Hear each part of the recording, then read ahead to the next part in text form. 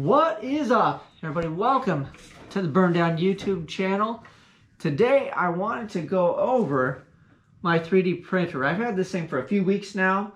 I've got a bit better handle on it. I don't want to say a much better handle on it, but I can say that I'm honestly enjoying it. I want to go over it with you guys, considering I'm completely brand new to this. And then I'll kind of let you in on why I even chose to go down this path. So, first and foremost, this is the AnkerMake M5C. It is a bed slinger printer, which means the bed actually moves around. And I was debating between this or some of the more expensive models. Bamboo Lab has one, and Creality has one, and it's a big box, and the gantry moves around inside the box. So you have the heated chamber, and they have a screen, and some other bells and whistles and things that I particularly didn't need. What I wanted a 3D printer for was so I could learn Fusion 360, start dabbling in some form or fashion of a CAD program so I could make real-world products at some point. The cool thing about having a 3D printer, along with learning software like that, is it gives you instant gratification, because the software is a learning curve. Everybody learns differently, depending on how you pick up things, if you're a computer person, if you're not. And then again, how you learn, I'm just kind of stumbling through teaching myself. I have some friends that are well versed, and then I just follow tutorials and basically mess things up and go, what did I do? How do I fix this, right? So having this thing allows me to make something, and then if I'm questioning, I can just do a printout and see. So namely, I'm in the United States and I measure everything in inches. Well, in the design world and the rest of the planet, it's millimeters and Celsius instead of like Fahrenheit. So your temperature controls kind of how you make the thickness of things. It usually defaults to millimeters. So that's been a bit of a stretch for me to learn those things. And the reason I was telling you that is I would make something and just kind of try to convert millimeters to inches, but in my brain, you're like, oh, that should be good enough. And on the screen, it looks gigantic, and you print it out and it ends up being tiny, and you're like, wow, that's not thick enough at all. Or it's a complete opposite. So the other thing that I thought was funny, and I wanted to show some of this junk on here, was initially I was like, I don't want to buy one of these things and just start printing a bunch of random nonsense that I don't really need, right? Well, you're going to do that because, I don't know, I think it's just human nature. You're like, that's free, I can just download that and then print it out. So next thing you know, you got your 8-year-old kid wanting to print all kinds of figurines and rock heads and octopuses and you name it. And then you'll want to get different color filaments and things because you're like, hey, black's cool, but it's kind of boring. Let's spice things up. So here's a few things behind me I will share with you. This is one of the first things that you're going to want to print when you get one of these guys, because they actually make a mess. There's little pieces. Here, I'll actually show you because there's one on the board still. So these little pieces of filament where it scrapes it off and it knocks these little chingaderos down, and then they kind of flop all over and end up on the floor and everywhere else. Or if it messes a printout for whatever reason, you have all this crap to deal with. So I made a little trash can, and I just downloaded the file and printed the thing out, and here you go. So I keep this next to it because I put a lot of the junk in there.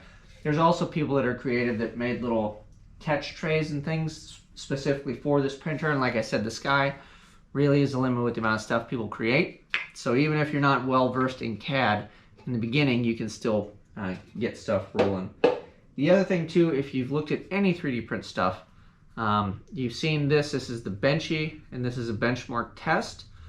I have no idea why this blew up. I guess all the different elements of this thing kind of test your prints, because they have overhangs and 45 degrees and bridges and, you know, circles, and can you read the text on the bottom? Like, there's a bunch of little detailed things you're supposed to be able to pay attention to, but I have no idea because I just started 3D printing, although this is a pretty clean Benchy, I would say, granted. And this thing ripped off super fast because it's set up for it in the machine. Like, this is one of the fancy things when you see people print them out like super fast. This was actually printed super fast, but it's optimized for that. In real world, this machine's fast, but it's not as fast as you can print this little guy. Moving on, we have this piece is pretty cool. So this is a Connect 4 game that I printed out for my son because I thought he hadn't played, but apparently he did play. And then he picked like a gold PLA. So this is like a silk. And then my wife wanted a pink, so she made stuff. So we got the pink. And then this other is just a standard black. And then this thing opens up and folds down, and it has little trays in here to hold the little tokens. So this will actually end up in the Winnebago for like a game night. So if it falls, it doesn't have pieces and stuff. So there'll be a couple other little games, like travel games like this, that I'll probably print out just because it's fun and just mainly because I can. So I didn't get it to print, tinker random stuff, but here we are, you know. There's also a chip clip called the Dino clip, and it's a little Camelot clip. That thing's amazing. I don't have it on me, but that thing was fun to print, so all your chip bag stuff. But to get down to it, here's a piece that I actually printed and designed myself. So what this is a bulkhead, and then you can see through it, for my water box in my car. If you're familiar with my channel, I have a watered air intercooler, and I put a standard cooler, it's a 5-gallon cooler, in the car because it was insulated and I thought it'd be a great idea. Well, initially how I had the drain set up in it, it wasn't done very well. And they don't really make anything, and then you can run PVC or do whatever, but I was always like, man, it'd be cool if I could just make something or figure it out. Well, with a 3D printer you can. So I actually designed this, measured the box. I have a few iterations because I'm not really that good. It took me a little while to get exactly what I wanted. But it has a little cap.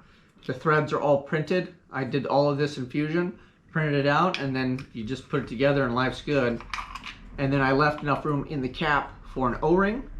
And then on the back side of this, I just put some silicone, and then it you know, obviously goes through. So this is actually the drain. And I have one that I ended up making in PETG.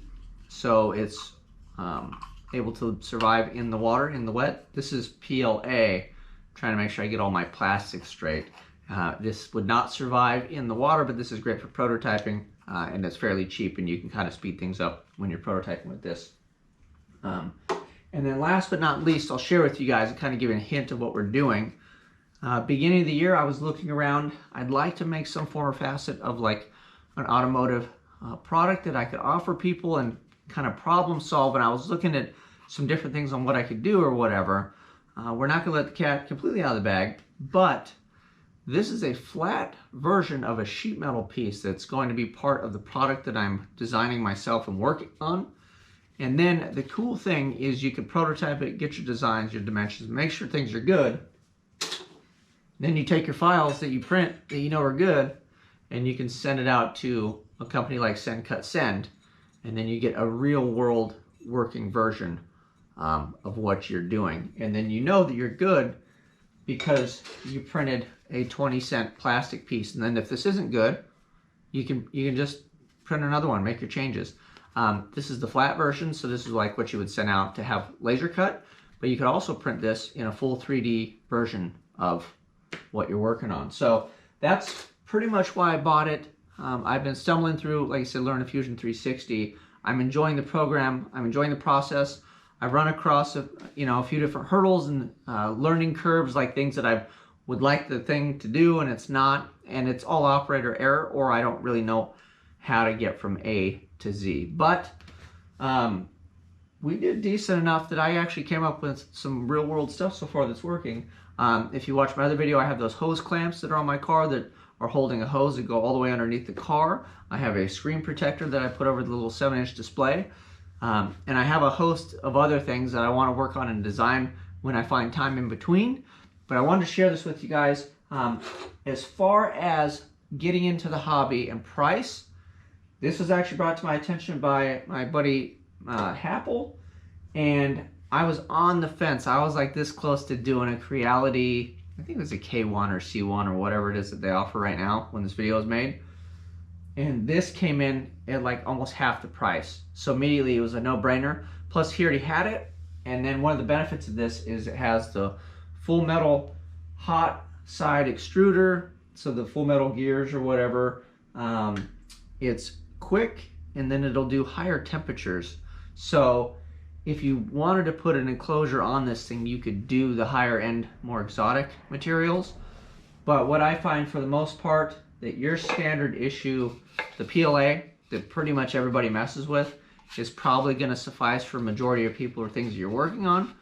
If you get a little more froggy, then you can do the PETG like that I've been playing with, but it prints a little. It's a little harder to do, and it's stringy, and the temperatures are different. Your setup is a little different, so you have to kind of print stuff out and play with it. And then the next step up from that, which I would like to get to at some point, but I may end up with a different machine, is ABS, which is a real plastic.